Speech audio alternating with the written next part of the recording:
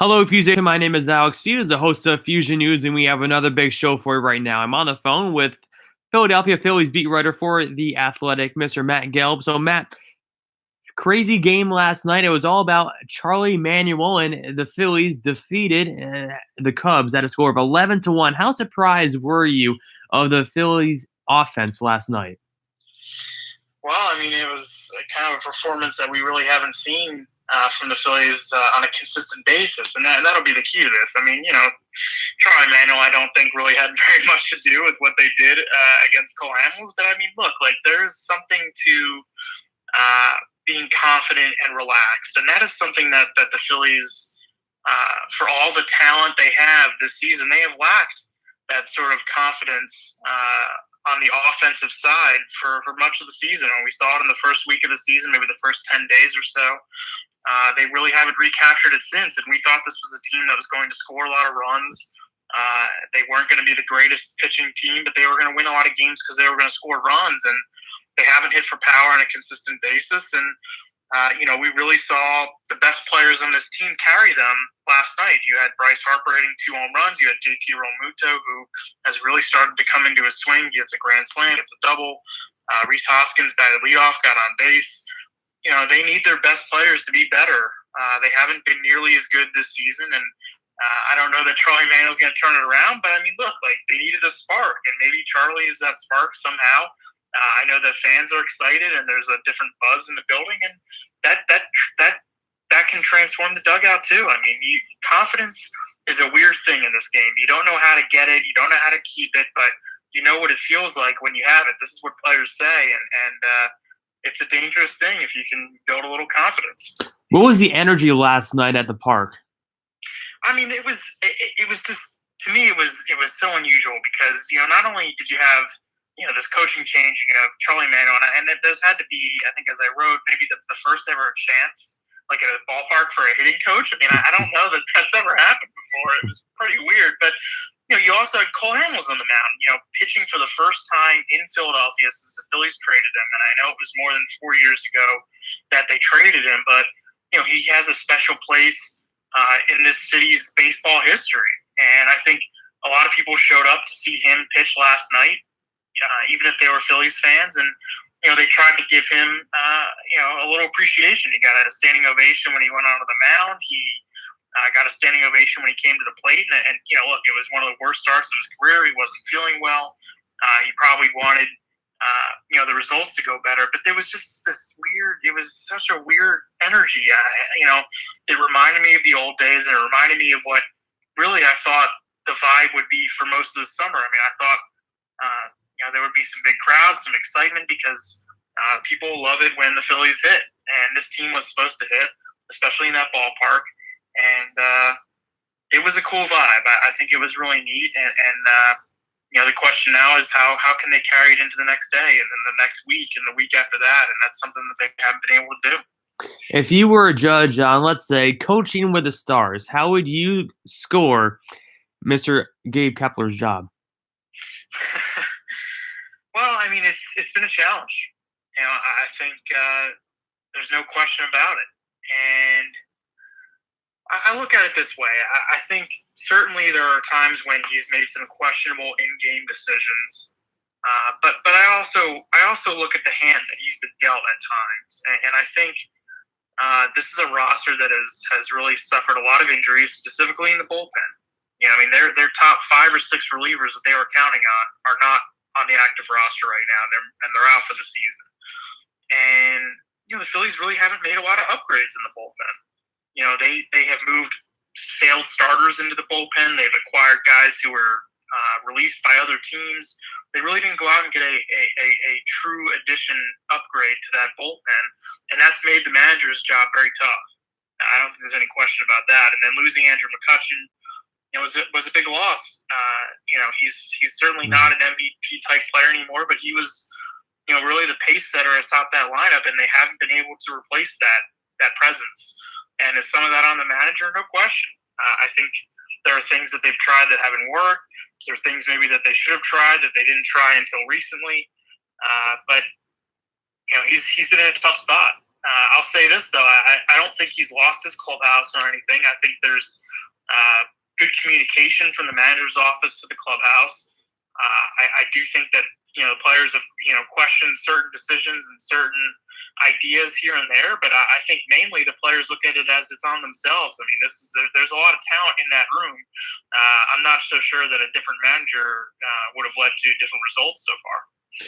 One quote that stuck out for me most from your article this morning, it says, "I think the environment can be different as far as I just talk to the guys and letting them talk to me. I think we can get better and we need to get better." And I think that kind of summarizes what you just said, and in the best way possible. I think if the whole team just kind of just continues this just positive stretch right now, especially after a big win last night into tonight, with Drew smiling on the mound, going up against a Yu Darvish who has been also pretty inconsistent on the mound. So how important going forward is it just to keep building on every single game, especially with only just 2 games out of the second wild card?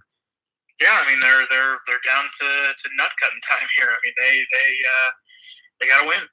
I mean they have been inconsistent for the first 120 games of the season. And they can still look up though and say that they are definitely within striking distance of a playoff spot. And if this was any other season, they might not be, because look, the race for the National League wild card hasn't been the most extraordinary one. I mean, look, like a lot of those teams are flawed. They are a few games over 500. The Nationals are leading the wild card right now, but it's really jumbled mess. And I think the 2 teams that'll be the National League wildcard teams will be the teams that just have a hot streak here in them in the last month and a half. I mean, it's as simple as that. I mean, everyone through 120 games is pretty bunched together. You got 5 or 6 teams within 2 or 3 games of each other. And whoever goes on a hot streak here to end the season, they're going to be in the playoffs. And we can point to all the flaws and all the problems the Phillies have had so far this season. But we can also say this. If they go on a hot streak, we're going to forget all the stuff that happened in the first 120 games, because they'll be in the playoffs. If a Phillies fan came up to you and they told you that they were going to bet on the Phillies to win the World Series, what would you say to them? I would say, first, what are your odds? And second, I would say, don't bet the mortgage. Well, we'll switch gears now and talk about The Athletic and just how great The Athletic is. I've been reading The Athletic since day one, and I'm a big baseball fan. And what's it like writing for this great website? Well, I think to me, I'm amazed every day about the quality of work that comes from my colleagues. And I'll give you an example. I just sent. Every morning I like to wake up and I do some reading, and I read other people in Philadelphia from other outlets, just to get a feel for what they're writing about the Phillies, and then I go to The Athletic and I read from other markets, and I look at some of these stories. Dan Connolly, who covers the Orioles for us, he just wrote this incredible feature on Matt Hobgood, a former number 5 pick in the draft who 10 years ago who's trying to come to grips with being a bust. And I read about Lindsay Adler, who is our Yankees beat writer. She wrote about Cameron Maybin and the changes that he's made in his swing and his life. And I'm amazed every day at the quality of work that my colleagues produce. And I know I'm biased, but I think there's no better baseball coverage right now in the country than there is at The Athletic. And I'm amazed. I'm humbled to be teammates with people like Ken Rosenthal and Jason Stark. I grew up outside Philadelphia in the suburbs, and Jason Stark was somebody that I read as a kid. I mean, he worked for the Philadelphia Inquirer. He wrote a Sunday baseball column about the oddities and quirks and weird things in this game, and I came to love baseball because not only because my dad loved it and he taught it to me, but because of Jason Stark, and now he's my teammate, and it's such a surreal thing, but it is really cool. I love it. I'm humbled by it, and I am constantly amazed by the work on our website. Who's one person, if you had the option to write a story with, who would you choose? It's probably Jason Stark, I think. I mean, he's been a mentor to me throughout the years, even before we became teammates at The Athletic. And I've always admired his passion for not only writing but for the people and for the game that he covers, and that passion is important. I mean, it's easy to be cynical and negative about the game and your job, and it is a job in the end. I mean, I'm covering a sport that people find enjoyment through, but it's a job for me, and there are days certainly when they're that are better than others, and there's some days where you feel like it's all meaningless, but you have to remember that you're writing for an audience who looks at baseball as it's their distraction from life. Baseball is a game, it's an entertainment, it's a distraction for people, and they want you to be passionate about the team that they're passionate rooting for. So I don't root for anyone, but I still have to be passionate about my work and the people and the game, and that's something that Jason has always been, and that's why I really admire him. Jason, I've had the opportunity to interview him a couple of times on this podcast, and he's one of the just fun persons to just talk with, and especially about this game of baseball. What's been one of your favorite moments from this 2019 season? Well, I mean, it's been such a weird season. I mean, it feels both like it's gone by in a flash, and it's also just felt like it's dragged on forever. But I think one of my favorite moments was early in the season when the Phillies go to Washington, D.C.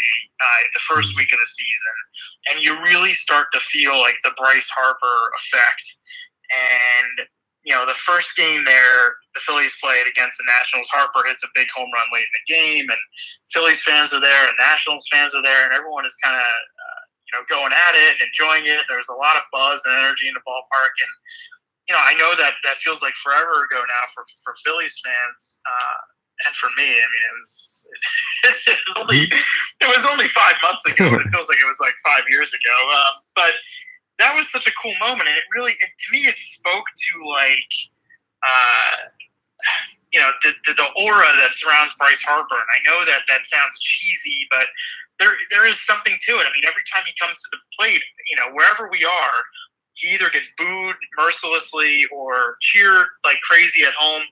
But people stop to watch. People stop to watch him hit, no matter what it is. And you'll always notice that after his at bat, the aisles get filled with people who are going to either go to the bathroom or go get a beer or something, because now they know that they've seen Harper and they can go away for a few minutes. That, to me, I love that. Say whatever you want about Bryce Harper, and I know people have a lot of opinions about him, but you stop to watch him when he's at the plate, and that will always be the case, and that's why, to me, he's just fascinating. What do the Phillies need from Bryce Harper going forward the rest of the season? They need him to hit for power. He hit 2 home runs in the win last night. He hit 2 home runs in a game last week. He's got to hit for power. I mean, the one thing he's been able to do this season on a consistent basis is get on base. He's even though he's had a power slump and he hasn't really produced the kind of numbers that people expected him to produce, he has still gotten on base. He's taken his walks, and that's good. They want him to get on base. They need him to get on base. They need him to hit for power, though. I mean, his power numbers are down, and in a season where power numbers are up everywhere across the game, and he's now hitting half of his games in a very favorable ballpark at Citizens Bank Park, he's got to hit for power. And he can go on stretches where he carries a team, where he puts the team on his back and really, really is a presence. We haven't really seen that yet from Harper, and maybe this is it. Maybe this is his time, and what a story it would be if for the final 6 weeks of the season, he really puts team on his back. I mean, it would be something. It really would. Matt, my last question for you. This is one I love to ask any baseball fan, writer, or player. If a 15-year-old kid came up to you today in the streets of Philadelphia and told you that they don't understand baseball and it's boring and they're never going to watch the game, what would you say to them? I would say take one Bryce Harper at bat. Just watch it and watch all the strategy that goes into it. And to me, I know it's not constant action like basketball or football, but there is so much strategy that goes into every single pitch. And it comes down to the location and the type of pitch that a pitcher selects to take on this batter. And I love the constant conflict every night between the batter and the pitcher. Every night, you know that there are going to be these conflicts, and in football and basketball, there are natural conflicts and there's natural matchups. But I love the batter pitcher matchup. There's so much drama in it to me. There's so much strategy, so much thinking. And I know that it isn't the most exciting sport all the time, but sit back, enjoy it. You don't have to pay attention to every single play. I think that's something that is alluring right now in this age of distraction. You don't have to pay attention to every single at bat to get a feel for the game or know what's happening. But it's a game where you can focus, not focus. You can enjoy the tiniest of matchups, and I just love it because of the strategy, and that's my favorite part about it. Well, Matt, I want to say thanks so much for taking the time out of your busy schedule to come on my podcast today. And where can the Fuse Nation follow you on Twitter throughout the rest of the 2019 season and also your coverage on The Athletic? Yeah, you can find me on Twitter at Matt Gelb. Gelb is my last name. And, go to theathletic.com/Phillies and read our coverage. Megan Montemoro, she covers the team with me. She does a terrific job. I think we have a great team, and I hope people subscribe and follow along. It's going to be an interesting few weeks here. Thanks again, Matt, for coming on today. Greatly appreciate it. Yeah, thank you for having me. Anytime. Have a great rest of your day. Thanks, Alex. All right, Fusation, just heard it from the one and only Mr. Matt Gelb. So once again, Fusation, thanks for listening throughout all 3 episodes of Fusion News today between Jim Callis, Matt Gelb, and Dustin Dodd. I want to say thanks for tuning in and listening to the coverage today. Follow me on Twitter at Alex Fuse for more coverage coming up very soon. Thanks for listening, and I'll be seeing you very soon. Thanks for watching.